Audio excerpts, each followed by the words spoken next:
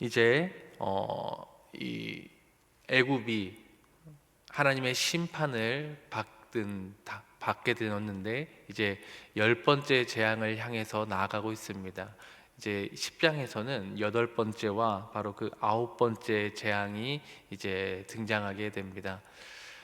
특별히 8번째 메뚜기 재앙이 등장하고, 이제 9번째 흑암 이제 재앙이 등장을 하게 됩니다.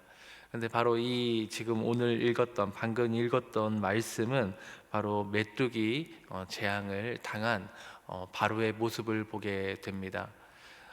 우박 때문에 많은 농작물들이 피해를 받고 가축들이 피해를 받습니다. 근데 아직 남아 있었던 그 농작물들이 있었던 것이죠. 그런데 메뚜기 때가 오게 되니까 그 남아 있던 농작물들까지 싹 다 사라지는 결과를 맞이하게 됩니다.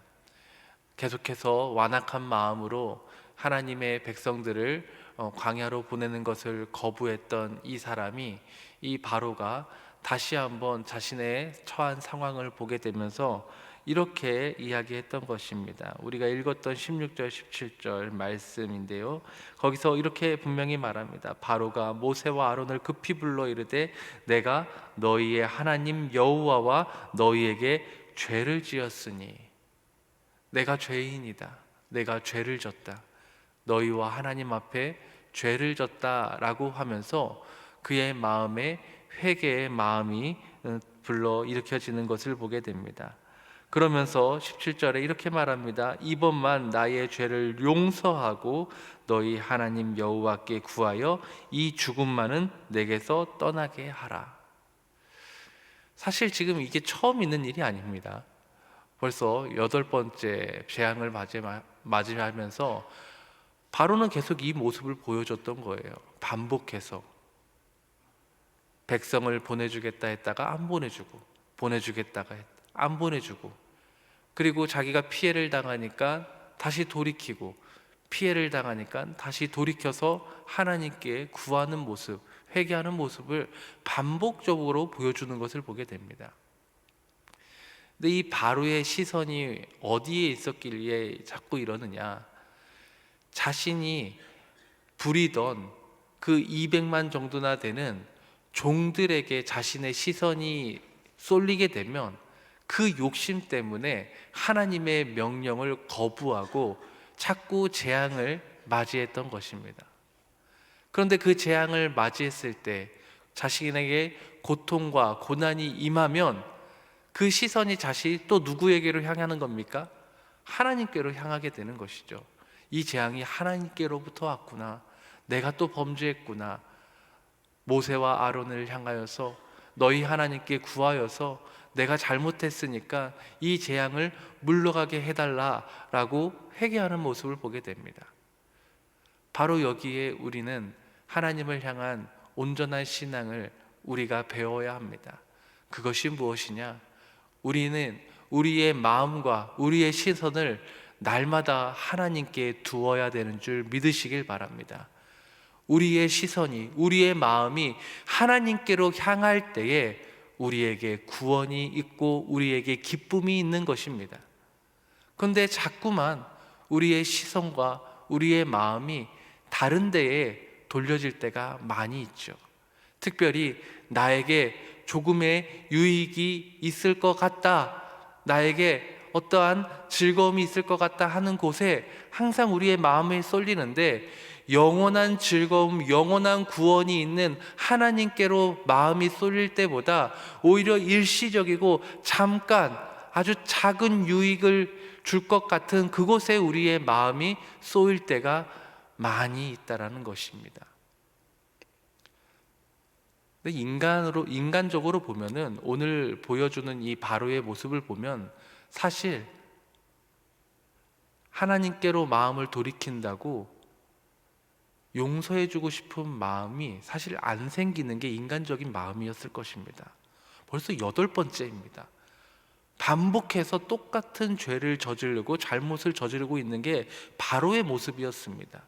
인간적으로 보자면, 아유, 너 또 다음에 또 거역하고 또 거짓말하고 또 마음을 하나님께 안 두지 않을 거 아니냐라고 하면서 더 이상 너의 회개를 내가 인정하지 않고 싶다라고 생각하는 것이 인간적인 마음이었을 것입니다. 그런데 참 놀라운 것은 하나님께서는 처음, 두 번, 세 번, 이 8번의 반복된 이런 모습을 보면서도 하나님은 또 용서하고 그 재앙을 물리쳐 주시는 것을 보게 됩니다.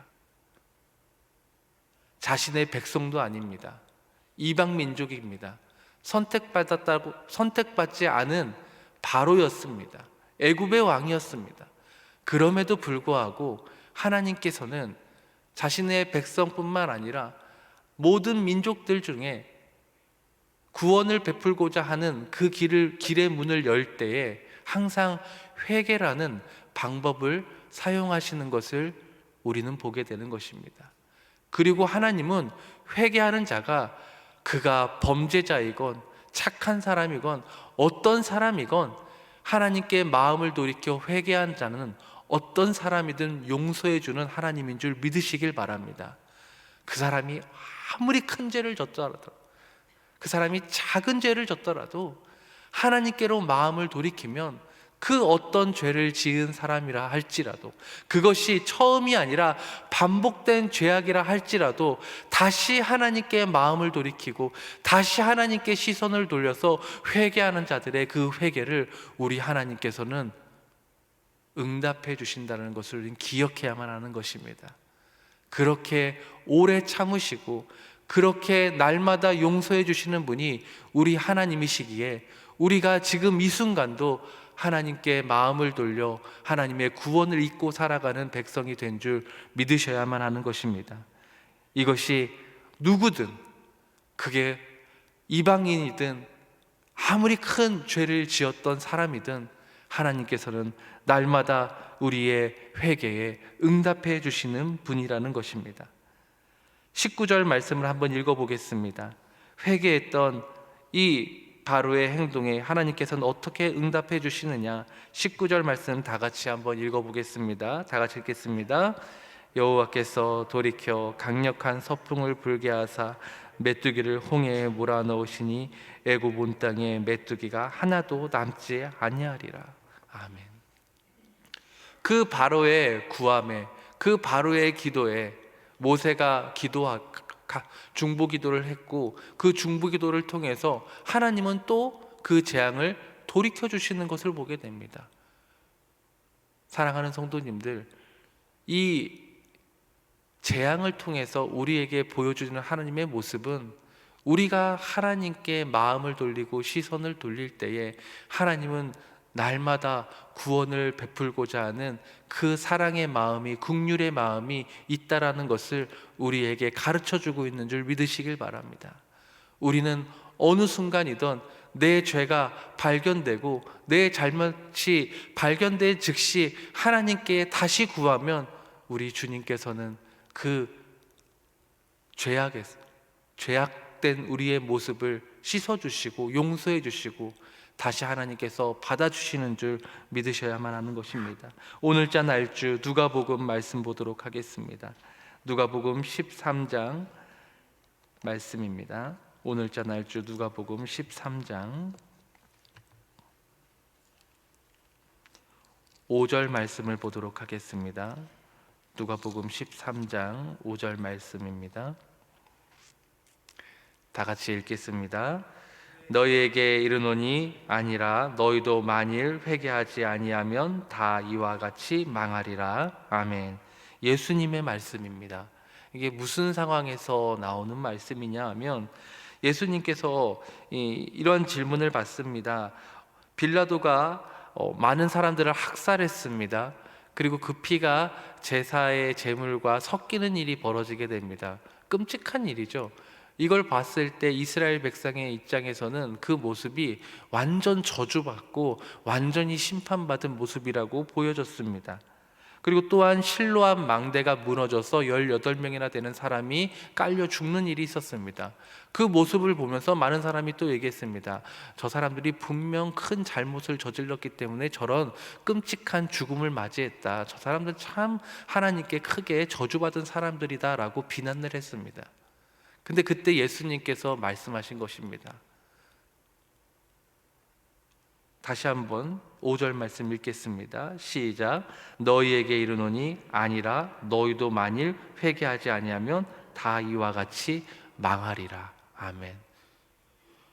내 자신은 지금 당장 망하지 않은 상황에 있다 보니까 그들을 바라보면서 나는 안 망했구나, 난 저들과 다르구나 라는 생각에 사로잡혀 있었던 사람들이었습니다. 그런데 예수님은 분명히 말합니다. 너희가 너희의 지금 평안, 그리고 저들의 저 모습을 보면서 나는 괜찮은 사람이구나, 나는 심판받지 않고 나는 망하지 않은 사람이구나 라는 착각에 사로잡혀 있으면 하나님께서는, 예수님께서는 너희도 그렇게 망할 수 있다라는 것을 분명히 보여주신 것입니다.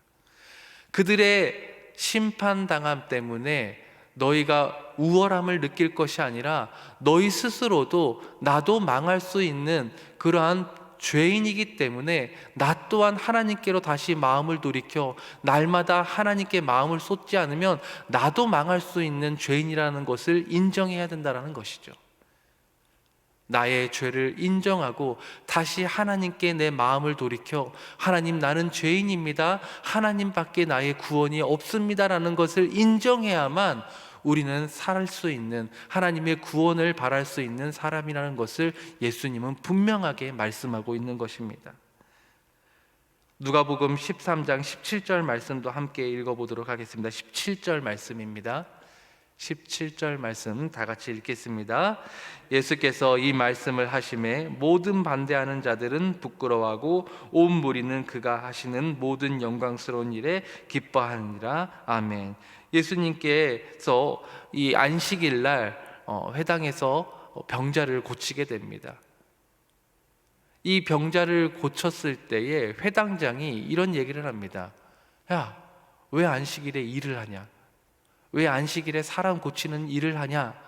그렇게 하는 것이 옳지 않다, 너 잘못된 행동을 했다라고 지적을 했던 것입니다. 근데 예수님이 그때 이렇게 말합니다. 야, 너희들은 안식일에 너희 가축들 물 먹이고 먹을 거 먹이지 않냐? 그것들을 살리기 위해서 애쓰지 않냐? 너희의 재산을 지키는 일에는 안식일이라도 하면서 왜 내가 나의 백성, 이 아픈 사람을 고치는 일, 살리는 일을 네가 지적하느냐라고 했을 때 그들이 많은 무리들에게 바로 부끄러움을 당했다라고 성경은 말하고 있는 것입니다. 그래서 예수님이 안식일에 병자를 고친 일을 보면서 예수님을 반대하던 모든 사람들이 부끄러움을 당했다라고 얘기를 합니다. 수치를 당했다. 많은 사람들이 예수님이 그렇게 말하는 모습을 보면서 맞아, 너희들이야말로 외식하는 자들 아니야, 너희들도 똑같이 하면서 너희 가축들을 지키려는 데에 열심히 일하면서 왜 진짜 아픈 사람을 구원해내는데 너희들은 그렇게 예수님을 반대하고 엉뚱한 소리를 하냐라고 하면서 무리들이 모두 그들을 부끄럽게 수치심을 줬다라고 얘기를 하고 있습니다. 그런데 반대로 그러한 예수님의 모습과 예수님의 말씀을 보면서 예수님을 반대하지 않고 예수님께 마음을 쏟고 예수님의 말씀에 마음을 두었던 사람들은 오히려 그 모습을 보고 기뻐했다. 그 모든 영광스러운 일을 기뻐했다라고 말씀하고 있습니다. 그렇습니다. 하나님께, 예수님께 마음을 두고 예수님의 말씀에 귀를 기우는 자들은 하나님의 기쁨이 임하는 줄 믿으시길 바랍니다. 반대로 예수님을 반대하고 예수님의 행동과 예수님의 말씀에서 거역하는 사람들은 결국 부끄러움을 당하고 수치를 당하는 저주를 받게 될 것입니다. 사랑하는 성도님들, 오늘 우리는 또 오늘 하루를 살아가게 될 것입니다. 그리고 우리는 기억해야만 합니다. 내 시선이 지금 어디에 있지? 내 마음이 지금 어디에 있지? 내 잠깐의 유익에 내 마음에 있는 것은 아닌가? 내 마음에 하나님보다 내 자신을 위한 욕심의 내 마음이 있지는 않은가 다시 한번 되짚어 보면서, 그런 모습이 있다면 다시 한번 내 마음을 하나님께 두고 예수님께 내 시선을 고정해서 날마다 내 안에 구원의 참 기쁨이 임하는 경험을 하고 그런 삶을 살아가시는 주님의 복된 성도님들 되시길 주님의 이름으로 축복합니다. 다 같이 주기도문 하시고 기도회를 마치고 각자 가지고 나오신 기도 제목으로 기도하시다가 자유롭게 돌아가시겠습니다. 하늘에 계신 우리 아버지여, 이름이 거룩히 여김을 받으시오며 나라의 임하옵시며 뜻이 하늘에서 이룬 것 같이 땅에서도 이루어지이다. 오늘날 우리에게 일용할 양식을 주옵시고 우리가 우리에게 죄 지은 자를 사하여 준 것 같이 우리 죄를 사하여 주옵시고 우리를 시험에 들게 하지 마옵시고 다만 악에서 구하옵소서. 대개 나라와 권세와 영광이 아버지께 영원히 쌓옵나이다. 아멘.